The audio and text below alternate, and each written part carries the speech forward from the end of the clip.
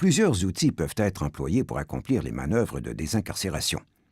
Chaque service de sécurité incendie possède sa propre sélection d'équipements et favorise l'utilisation de certains outils en fonction du type d'intervention rencontré sur son territoire.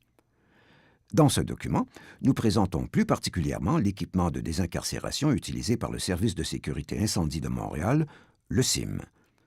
Pour en savoir plus sur l'installation, le fonctionnement et l'entretien de l'équipement utilisé, référez-vous au manuel d'utilisation du fabricant et aux directives de votre service de sécurité incendie. Voyons d'abord l'équipement de stabilisation. Cet équipement est essentiel au bon déroulement d'une intervention de désincarcération. Il sert à prévenir tout mouvement d'un véhicule afin de diminuer le risque de blessure chez les intervenants d'urgence et d'aggravation des blessures chez les victimes. L'équipement de stabilisation comprend des cales de différents formats, tels que des blocs escaliers ou des coins, et des étais télescopiques. Les outils hydrauliques sont les outils les plus fréquemment utilisés lors des interventions de désincarcération en raison de leur puissance et de leur polyvalence. Un ensemble d'outils hydrauliques comprend généralement un groupe hydraulique, des tuyaux, des cisailles, des écarteurs et des vérins. Un groupe hydraulique est une pompe hydraulique actionnée par un moteur électrique ou à combustion.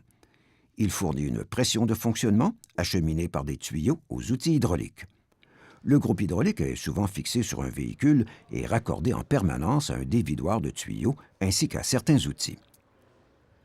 La plupart des tuyaux d'alimentation en huile hydraulique sont jumelés, un premier assurant la circulation de l'huile sous pression de la pompe vers l'outil et un second, le retour de l'huile vers le réservoir.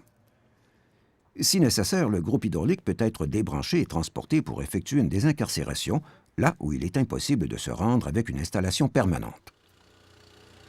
Les écarteurs sont utilisés pour dégager des personnes coincées sous une charge ou à l'intérieur d'un véhicule à la suite d'un accident. Ils sont munis de 2 bras, se terminant en pointe, qui permettent d'écarter, de pincer ou de tirer des matériaux à l'aide de chaînes. Il est à noter que les extrémités de certains modèles peuvent s'écarter jusqu'à 1 mètre de distance. Les cisailles permettent de couper des matières dures telles que des métaux, des plastiques ou du bois. La puissance des cisailles, ainsi que la forme des lames, varie selon les modèles et les fabricants. En outre, certains modèles ont une poignée pivotante qui facilite le positionnement de l'outil. Il est à noter que certains vieux modèles ne peuvent pas couper l'acier trempé. De plus, les modèles récents ne peuvent pas tous couper l'acier à haute résistance. Les vérins permettent de pousser ou de soulever des matériaux et parfois de tirer de lourdes charges sur une faible distance. Ils sont constitués d'un cylindre muni d'une base fixe, d'une tige extensible et d'une tête pivotante. La base et la tête sont dotées de rainures de façon à augmenter la stabilité des vérins lorsqu'ils sont utilisés. Plusieurs accessoires facilitent l'utilisation des outils hydrauliques lors des manœuvres de désincarcération. Un ensemble d'outils de désincarcération peut comporter, entre autres, des accessoires comme une vanne de commande à distance, un jeu de chaînes et de crochets ou un support et une rallonge de vérin. La vanne de commande à distance permet de brancher 2 outils sur une même ligne et d'envoyer la puissance à l'un ou à l'autre selon les besoins de l'intervention. Le jeu de chaînes et de crochets permet d'effectuer des tractions tant avec les vérins qu'avec les écarteurs.